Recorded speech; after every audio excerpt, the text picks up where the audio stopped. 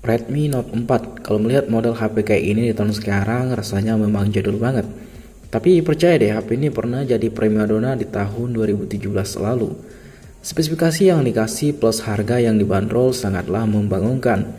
Ya lagi, ini adalah brand Xiaomi. Sudah nggak heran kalau Xiaomi selalu ngasih HP dengan spesifikasi terbaik, tapi dengan harga yang terjangkau. So guys, ini adalah Redmi Note 4 dan apakah HP ini masih layak dipakai di tahun 2022? Jujur memang melihat desain dari Redmi Note 4 di tahun sekarang sudah jadul ya. Bezel di samping kiri, kanan, atas, bawah masih tebal. Karena untuk displaynya sendiri Redmi Note 4 belum full screen. Tapi memang itu adalah minus dari HP ini. Wajar aja, sudah hampir 5 tahun sih. HP ini cukup membawa gebrakan yang menarik ya saat itu. Apalagi harganya cuma 2,5 jutaan. Sudah dapat layar beresolusi Full HD Snapdragon 625, baterai 4000 mAh dan beberapa fitur lain saat itu. Yang di brand lain di kelas harga yang sama masih jauh dari spesifikasi yang dikasih oleh Xiaomi. Oke, kita berkeliling dulu melihat port-port yang ada di HP ini. Di sebelah kanan kita akan menemukan tombol power, di atasnya ada tombol volume up and down. Di sebelah kiri ada slot SIM yang masih hybrid. Ya memang di tahun 2017-an kebanyakan HP Xiaomi masih pakai slot SIM ini. Di bagian atas ada lubang headphone jack 3,5 mm dan infrared. Di bagian bawah ada lubang speaker yang kelihatannya ada dua, tapi sebenarnya speakernya cuma ada satu yang bunyi. Di bagian belakang ada logo Mi dan di atasnya ada lensa kamera belakang, sensor fingerprint dan LED flash. Untuk desain udah jadul banget ya, dan untuk build quality-nya memang masih lumayan oke. Karena HP ini sudah terbalut bodi berbahan metal, tapi tidak semuanya full body metal ya. Di bagian atas dan bawah yang ini masih terbuat dari plastik. Tapi memang di tahun 2017-an banyak sekali sih smartphone dari Xiaomi yang keluar dengan bahan berbodi metal. Yang memang HP berbahan bodi metal lebih terasa solid dan premium daripada HP yang berbodi bahan plastik. Ukuran layar di HP ini adalah 5,5 inci dengan rasio 16:9. Resolusi layarnya sudah Full HD. Memang gambar yang dihasilkan terbilang biasa aja untuk tahun sekarang. Mungkin juga di device yang sedang saya bahas ini LCD-nya udah gantian ya, atau udah nggak ori bawaan. Karena memang saya lihat banyak bekas lem di sebelah kiri bagian framenya. Jadi untuk kualitas tampilan jadi tidak sejernih HP original. Untuk resolusi pemutaran video tembus sampai 1080p ya. Jadi saya rasa untuk kebutuhan sehari-hari seperti streaming film dan lain-lain masih bisa dijalankan dengan baik. Chipset yang dipakai di HP ini adalah Snapdragon 625. Memang chipset ini adalah chipset legend ya saat itu, yang sangat banyak dipakai di HP Xiaomi yang lainnya seperti Redmi 5 Plus dan Mi A1. Performa chipset ini di tahun 2017 jelas cukup kencang ya, yang terbilang terbaik lah di kelas harganya. Tapi kalau ditanya di tahun sekarang apakah masih kencang? Jawabannya tidak. Performanya jauh banget turun. Seiring memang aplikasi setiap tahun juga dapat update kan, khususnya di bagian ataupun untuk aplikasi game.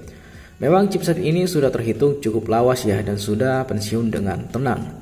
Tapi kalau dipakai untuk main game tahun sekarang jelas masih jalan. Tapi apakah main game di HP ini enak? Jawabannya enggak. Saya beberapa kali main game di HP ini jelas terasa udah nggak terlalu betah. Karena performa Snapdragon 625 udah nggak terlalu kuat ngangkat game-game di tahun sekarang. Sekedar jalan ya tetap jalan sih, cuman memang feel yang kita dapat sudah tidak sesuai harapan. Ya kita juga harus sadar kalau HP ini sekarang sudah hampir genap berusia 5 tahun. Mungkin untuk sekarang menjalankan game-game berat bukanlah bagian dia lagi. Tapi memang kebanyakan orang biasanya ngerut HP ini dan di custom ROM agar performa gamenya lebih lancar. Untuk harganya sendiri saya lihat di marketplace seperti forum jual beli HP bekas, banyak yang sudah ngejual di harga 600.000 sampai 700 ribuan. Tentunya di berbagai kondisi dan kelengkapan. Mungkin untung-untungan sih kalau kita dapat HP bekas ini dengan kondisi yang masih full set original semua dan pemakaian pribadi pula dari tahun 2017. Di e-commerce seperti Shopee pun masih ada yang menjual HP ini seharga 800 ribuan. Tapi dari keterangan penjualnya barangnya adalah refurbished. Kalau barang refurbished takutnya nggak bakalan awet dipakai karena rawan sih ada kerusakan. Walaupun sebenarnya sellernya udah backup lewat garansi. Tapi bagi teman-teman yang mungkin lagi nyari HP murah, nanti link pembeliannya saya taruh di deskripsi ya. Untuk performa jelas Snapdragon 625 sudah nggak sehebat dulu lagi. HP ini saya katakan hanya bisa main game sekedar bisa aja, tapi tidak untuk memberikan pengalaman yang terbaik.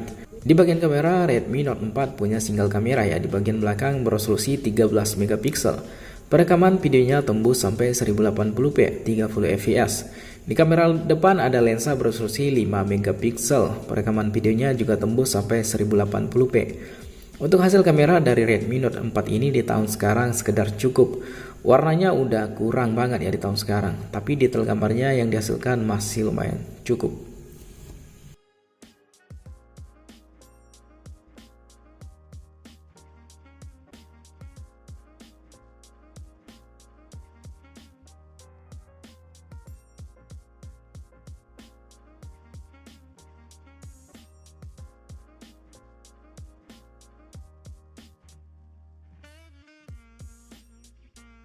Oke, ini adalah hasil kamera belakang dari Redmi Note 4 di resolusi 1080p, sore hari yang cukup masih terik, sekitar jam 5 kurang nih, setengah 5. Memang kualitas gambar, warna juga udah sedikit ketinggal banget sini, udah nggak sebagus dulu. Oke, coba untuk fokuskan.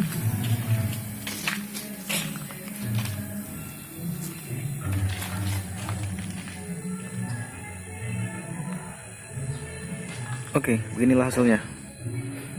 Masih cukup lah, lumayan. Oke, ginilah hasil kamera depan dari Redmi Note 4 di resolusi 1080p sore hari. Udah menjelang maghrib sih ini.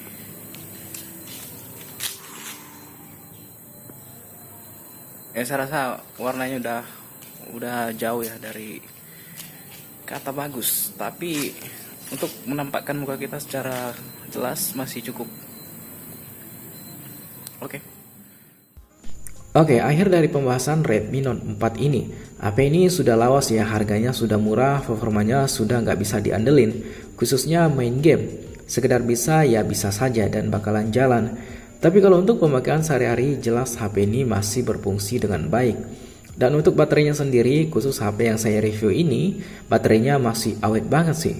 Mungkin pengguna sebelumnya baru ganti baterai apa gimana nggak tau lah. Tapi yang pasti seharian saya pakai HP ini masih bisa bertahan. Oke, sekian pembahasan Redmi Note 4 dari KP Gadget kali ini. Like jika teman-teman suka dengan video ini dan dislike saja kalau nggak suka. Sampai jumpa di video berikutnya dan thank you. Redmi Note 4 jadul tapi pernah disanjung.